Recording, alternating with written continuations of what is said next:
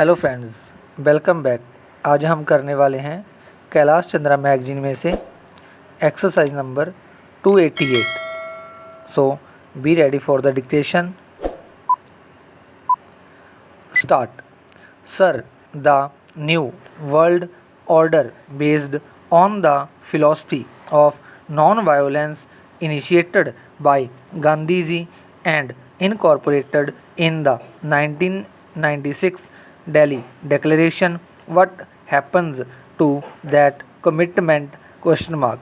We stand committed to that. Stop. It is true that we are having disarmament. Stop. Much has happened. Much more needs to happen in the field of disarmament. Stop. The intermediate missiles more or less have been wiped out, and then there is sizable reduction in the other missiles, and so on. Stop. But there is nothing like total and complete disarmament yet in sight. Stop. Even today, the armaments that they have are enough to destroy the world many times over. Stop. So what are we really talking about? Question mark.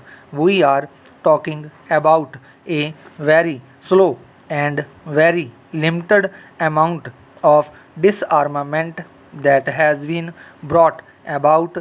Stop.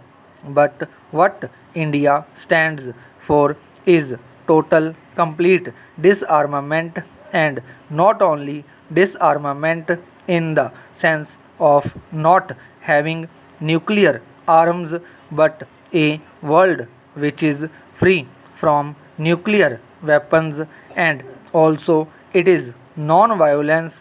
Stop. If you completely destroy nuclear weapons today, but after 10 years, if another kind of weapon which may not be called nuclear but which may be something about much more destructive than a nuclear weapon suddenly emerges from somewhere, from some power, then you have not really contributed to that world of non-violence which you talked about in 1996. Stop. Therefore, it is not merely the negative aspect of doing away with nuclear weapons, but positively creating a non-violent world to which President Mr. Singh and Rajiv Gandhi committed their countries to in 1996. Stop. That commitment, Mr. Speaker, sir, remains, and that commitment India will complete. Stop. So it is not as if India is left without a role. Stop. Now we have been again baffled by what happened in the Soviet Union. Stop.